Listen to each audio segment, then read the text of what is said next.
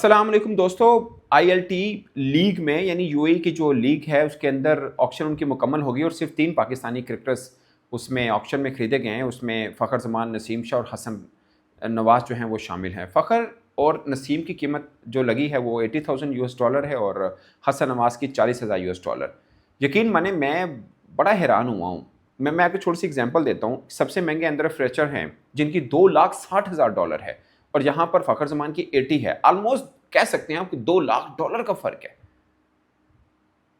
क्या इन दोनों की क्रिकेट में ये फ़र्क है? ये बहुत अहम पॉइंट है। उसमें बहुत सी चीज़ें आती हैं और मैं उससे भी इंपॉर्टेंट एक बात करने लगा हूँ आपको कि जब आईएलटी चल रही होगी तो मोस्ट प्रोबेबली उस वक्त उसी विंडो के अंदर अंदर अप्रॉक्सीमेटली अभी तक कम से कम 3 तो पक्की हैं लेकिन 5 लीग्स भी हो सकती हैं। मैं आपको पहले वो बताता हूं क्या है, उसके बाद बात आगे करते हैं। आईएलटी 2 दिसंबर से 4 जनवरी तक होगी।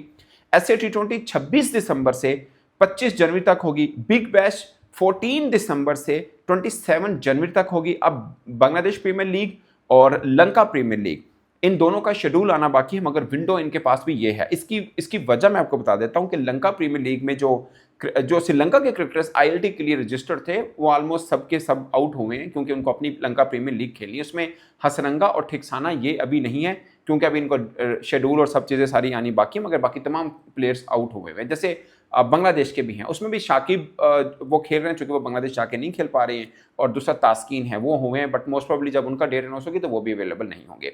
अब 5 एक तरह से लीग एक टाइम पे हो रही हैं। सोचिए कितना कंपटीशन होगा कि खिलाड़ी हमने अच्छे लेने हैं। ऐसे में नसीम शाह, फ़खर जमान, हसन नवाज ये 3 खिलाड़ी एक लीग में मतलब ऑक्शन में खरीदे जाते हैं और उनकी प्राइस क्या लग रही है आप अंदाजा करें। इवन के जुनेद सिद्दीकी जो लोकल बोर्ड के क्रिकेटर हैं उनको $1,70,000 उनको मिले, यानी उनकी भी नसीम शाह से ऑलमोस्ट $1,00,000 ज्यादा प्राइस है। इसमें बहुत पॉइंट हैं, बहुत सी चीजें हैं कि क्यों इतनी कम प्राइस और इतनी लीग होने के बावजूद हमारे खिलाड़ी मतलब एक तो कम खरीदे गए हैं। पहले इसमें आमिर भी नहीं हुए, लेकिन बाद में आमिर ने अपने सोशल प्लेटफॉर्म के ऊपर लगाया कि उन्होंने खुद ही ऑप्ट आउट किया, मगर ऑक्शन के ऊपर उनका नाम आया और खरीदे नहीं गए थे वो। और भी बहुत से क्रिकेटर्स हैं, मगर ये 3 हैं और तीनों को डेजर्ट वाइपर नहीं खरीदा है। फ़खर जमान को 80,000 में, नसीम शाह को भी 80,000 में और हसन नवाज को 40,000, मतलब हसन नवाज 40,000 में यार। अब इसकी वजूहात क्या है मैं उसके ऊपर बात करता हूं। मैंने आपको ये भी बता दें कि इस टाइम पीरियड में 5 ऑलमोस्ट 3 तो कंफर्म है, बाकी 2 के शेड्यूल आना बाकी हैं। वो भी मोस्ट प्रोबेबली इसी में ही होते हैं क्योंकि इसी शेड्यूल में ही, इसी विंडो में ही इनका हो रहा होता है। तो ये भी है। अच्छा, H1 भी नहीं हुए, मगर H1 की रीजन और हैं। इसमें मैं एक और चीज आपको बता दूं कि ये वाइल्ड कार्ड भी पिक कर सकते हैं। इसमें 2-3 फ्रेंचाइजी हैं जिनके पास ऑप्शन है, उनमें से शायद H1 को कोई ले ले, क्योंकि कुछ रिप्लेसमेंट भी ले सकते हैं। जैसे हसरंगा की मैंने आपको बताया, ठिकसाना की बताया, अगर लंका प्रीमियर लीग का हो जाता है और उनको रिप्लेसमेंट लेनी है तो वो H1 को ले सकते हैं, या अगर कोई पाकिस्तानी क्रिकेटर कोई लेना चाहिए, उनका आपस में कोई कॉन्ट्रैक्ट हो तो हो। मगर अभी तक सिर्फ एक फ्रेंचाइज है जिसने रखा है। और एक और मजे की बात कि उस्मान तारिक, जिन्होंने कैरिबियन के अंदर बहुत ज़बरदस्त बॉलिंग की और ओवरऑल लीग के अंदर बहुत माने जाते हैं, उनके बारे में तो रिपोर्ट भी कंफर्म आ गई कि वो भी ऑलमोस्ट उनका भी डील हो चुकी है। मगर अब पीयूष चावला आ चुके हैं उनकी जगह पे। आप कंपैरिजन नहीं कर सकते कहाँ पे उस्मान तारिक, कहाँ पे पीयूष चावला, मगर पीयूष चावला आ चुके हैं। इसके ऊपर भी मैं डिटेल में आपको बात बताऊंगा ताकि ये थोड़ा सा समझने में आपके लिए आसानी हो। मगर मेरे लिए जो प्राइस वैल्यू थी ना, मुझे लगता है हमारे क्रिकेटर्स को, मिसाल के तौर पर छोटी सी बात करता हूँ, खैर कोई कंपैरिजन नहीं, मैं खुद बोलता हूँ कि आप आईपीएल या इंडियन क्रिकेटर्स का किसी के साथ कंपैरिजन नहीं कर सकते उनकी वैल्यू, मगर उनका कोई ऐसा प्लेयर जो अभी एक लीग भी खेला होगा आईपीएल की, या अभी थोड़ा थोड़ा भी आएगा, इस पे तो सवाल ही नहीं पैदा होता ये इतनी छोटी छोटी प्राइस के ऊपर। हसन नवाज यार हमारा जनरेशनल टैलेंट कहा कहते हैं हम, 40,000। मैं ये बात इसलिए कर रहा हूँ कि हमारे क्रिकेटर्स को खुद ही मतलब करना चाहिए कि यार नहीं, इस प्राइस में नहीं हम लोग खेलेंगे। बट क्या वो कहेंगे या नहीं कहेंगे, जाहिर है उन्होंने अपनी बेस प्राइस दी हुई है और सब चीज़ें एग्री हुई थी मामला। मगर मैं आपको सिर्फ ये बताना चाह रहा हूँ कि आपके इतने ज़बरदस्त क्रिकेटर्स इस कम प्राइस में क्यों बिक रहे हैं, ये जानना बहुत ज़रूरी है। इसमें बहुत चीज़ें हैं। उसमें मैंने आपको एसए टी20 बताया, मैंने आपको बिग बैश बताया। इसके छोटा सा मैं आपको हवाला बता देता हूँ। इंग्लैंड की जो 100 लीग होती है उसमें एक बार रिजवान, शहीन, बाबर इनकी बड़ी अच्छी हो चुकी थी, मगर एनओसीज का इशू बना पाकिस्तान क्रिकेट बोर्ड की तरफ से, और आइंदा के लिए जो ड्राफ्टिंग में थे वो अनसोल्ड गए थे। उस वक्त भी मैं आपको बताऊँ, नसीम शाह जो 2025 था, उन्होंने £1.25 था उनका जो बेस प्राइस उन्होंने रखी थी, यहाँ पर $80,000 के अंदर वो खरीदे गए हैं। सो हेल ऑफ डिफरेंस ये जो प्राइस का बनता है। आई डोंट नो, इतने कम प्राइस में क्रिकेटर्स को मुझे लगता है कि इन्हों कहना चाहिए भाई ठीक है शिकारी सही है, इतनी इस प्राइस में क्यों खेलना है। आपके पास इस कद के क्रिकेटर क्या पाकिस्तान सुपर लीग में आएंगे जो करंट टीम का हिस्सा भी हों, अभी उनके क्रिकेट भी जैसे नसीम शाह और हसन नवाज 40,000 यार, doesn't make any sense seriously speaking. अब अगर वजह क्या है, अब बहुत सी वजूहात हैं, आप सुनिएगा। सबसे मेन दो वजूहात हैं। मैं सिर्फ ILT को लेके नहीं बोल रहा, मैं आपको ओवरऑल पूरा सिनेरियो, क्योंकि मैंने आपको SC T20 का भी बोला और बाकी 100 लीग का भी बोल दिया और बाकी चीज़ों में आपको समझाना जो चाह रहा हूँ। इनमें से बेशतर लीग्स ऐसी हैं जहाँ पे भारतीय मालकान फ्रेंचाइज जो हैं वो भारतीय हैं और उनकी एक पॉलिसी है कि ठीक है पाकिस्तानी क्रिकेटर्स को नहीं लेना, कुछ हद तक ये भी है। और दूसरा इक्वली जो रीज़न है वो ये है कि पाकिस्तान क्रिकेट बोर्ड की तरफ से खिलाड़ियों के NOCs के इश्यूज रहते हैं, जिससे फ्रेंचाइज मालकन बहुत तंग होते हैं। मैंने आपको 100 लीग का मामला बोला, अभी बिग बैश के आपके सामने एग्जांपल है, आपके रिजवान हैं, आपके बाबर आजम, शहीन और भी फ़हीम अशरफ और कितने और नाम हैं जो बिग बैश के लिए मुंतखब भी हो गए, उनको ऑलरेडी NOC जारी हो चुका हुआ था, अभी विदहेल्ड है। सो आप जब किसी चीज़ मैटर्स को अनप्रोफेशनली डील करेंगे तो आपके प्लेयर्स वैल्यू में भी गिरेगी उनकी, और फ्रेंचाइजीज लेने भी पसंद नहीं करेंगे, कोशिश करेंगे किसी और को ले लें, इनको ना लें, क्योंकि इनके पता नहीं कब क्या हो जाए।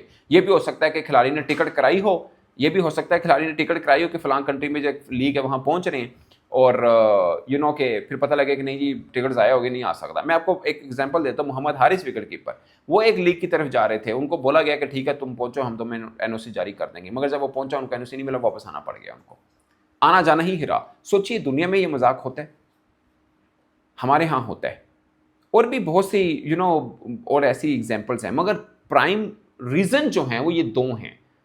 और ये क्रिकेट बोर्ड को सोच, और दूसरा देखिए, अभी हमने एक माह पहले अपना सेंटर कॉन्ट्रैक्ट अनाउंस किया था, उसके अंदर हमने क्या किया, हमने अपने क्रिकेटर्स को B कैटेगरी दी। हमने बोला नहीं, इनमें से कोई क्रिकेटर ऐसा नहीं है जो A कैटेगरी ले सके, यानी जो क्रिकेट बोर्ड की अपनी एक कैटेगरी जिसमें आप बताते हैं कि ये हमारे स्टार क्रिकेटर्स हैं, ये उनसे लेस क्वालिटी के हैं, ये उनसे बताते हैं ना, ये ए पहले तो हमारा A+ भी एक बार होता था, तो A+, A, B, C, D ये कैटेगरी।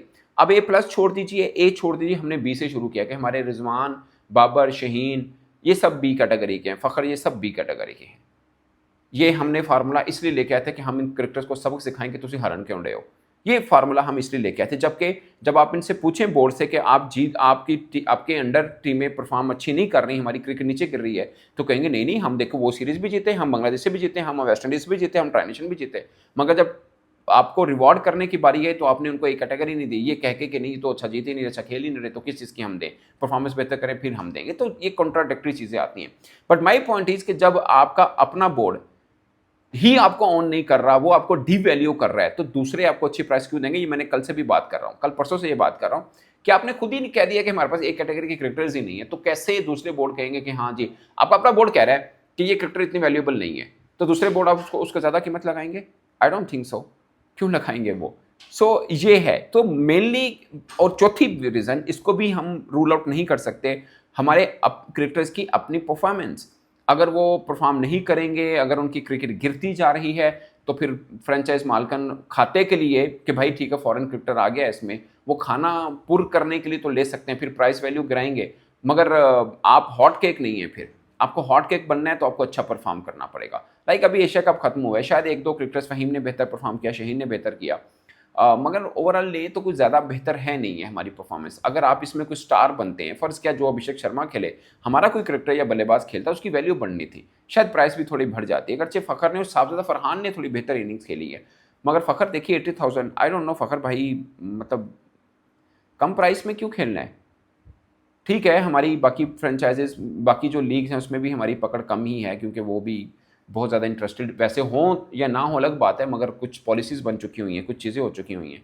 ये बात मैं पहले ही कर चुका हूँ कि क्रिकेट बोर्ड ने जो कल रोका था ना NOCs कि हमने विदहेल्ड कर दिए, ये तमाशा इस तरह, ये तो चले जाएंगे और क्रिकेटर्स बेचारे आगे से तंग होते रहेंगे और उनके साथ ये होगा जो हो रहा है। ये जिसे बोलते हैं ना, इनका दिमाग, मैं बोलूँगा तो शायद इनको बुरा लगेगा, ये दिमाग से सोचते नहीं है क्या क्रिकेट बोर्ड वाले, जो भी फैसला कर देते हैं इनको पता नहीं है कि उसका रिजल्ट क्या आएंगे। ये कोई यूनियन कौंसल का फैसला नहीं है जो उस यूनियन कौंसल तक ही असर करता है। यहाँ पे जो फैसला करते हैं वो इंग्लैंड तक पहुँचता है, उसका असर वो ऑस्ट्रेलिया तक पहुँचता है, बाकी मामला तक पहुँचते हैं। तो ये दिमाग को इस्तेमाल कीजिए। आपको वैसे ही कोई कि आपको कोई माजरत के साथ हमें कोई वैसे भी बहुत ज़्यादा वैल्यू नहीं देता, हमारे क्रिकेटर्स को भी नहीं देता, ऊपर से हमारी परफॉर्मेंस गिरी हुई है, ऊपर से सेंटर कॉन्ट्रैक्ट में हम वैसे हैं। सबसे इंपॉर्टेंट कि आपको बहुत कम फ्रेंचाइज मालिक हैं जो इंटरेस्टेड है आपके क्रिकेटर्स खरीदने में, ऐसे में जो खरीद रहे हैं आप उन पर एनओसी रोक रहे हैं।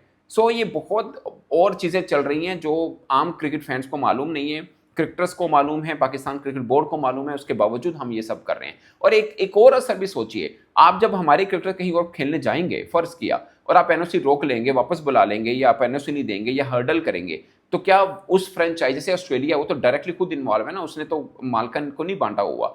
सो वो उनको नहीं पता होगा कि पाकिस्तान क्रिकेट बोर्ड उनके साथ कैसे डील कर रहा है। तो जब आपको पीएसएल में चाहिए होंगे, वो पंगा नहीं कर सकेंगे आपके साथ, क्योंकि उनके क्रिकेटर्स के पास तो बहुत ऑप्शन है, आपके पास नहीं है।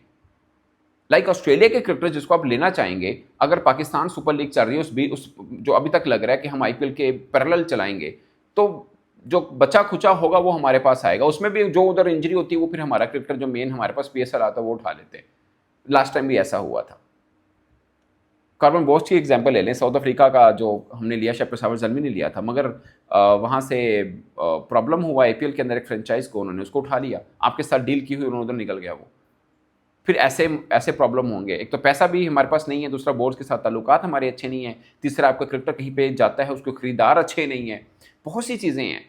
और इसमें खुद क्रिकेटर्स को भी कुछ सोचना है कि यार ये हमारी प्राइस है, इससे नीचे वाला को तो चक्कर ही को नहीं ना। आप अगर, मैं बता देता हूँ कि थोड़ा सा आपको अंदाज़ा हो जाए कि बाकियों की प्राइस क्या रही है। एंड्रे फ्लेचर 2,60,000 में मुंबई इंडिया, जो एमआई की आईएलटी के अंदर है वो। स्कॉट कैरी स्कॉटलैंड का प्लेयर है, but he is eligible to play for England, और maybe he you will see him playing for England. ये $2.5 लाख में है, दुबई कैपिटल इनको लिया है। लियाम डॉसन 1,70,000 यार, लियाम डॉसन।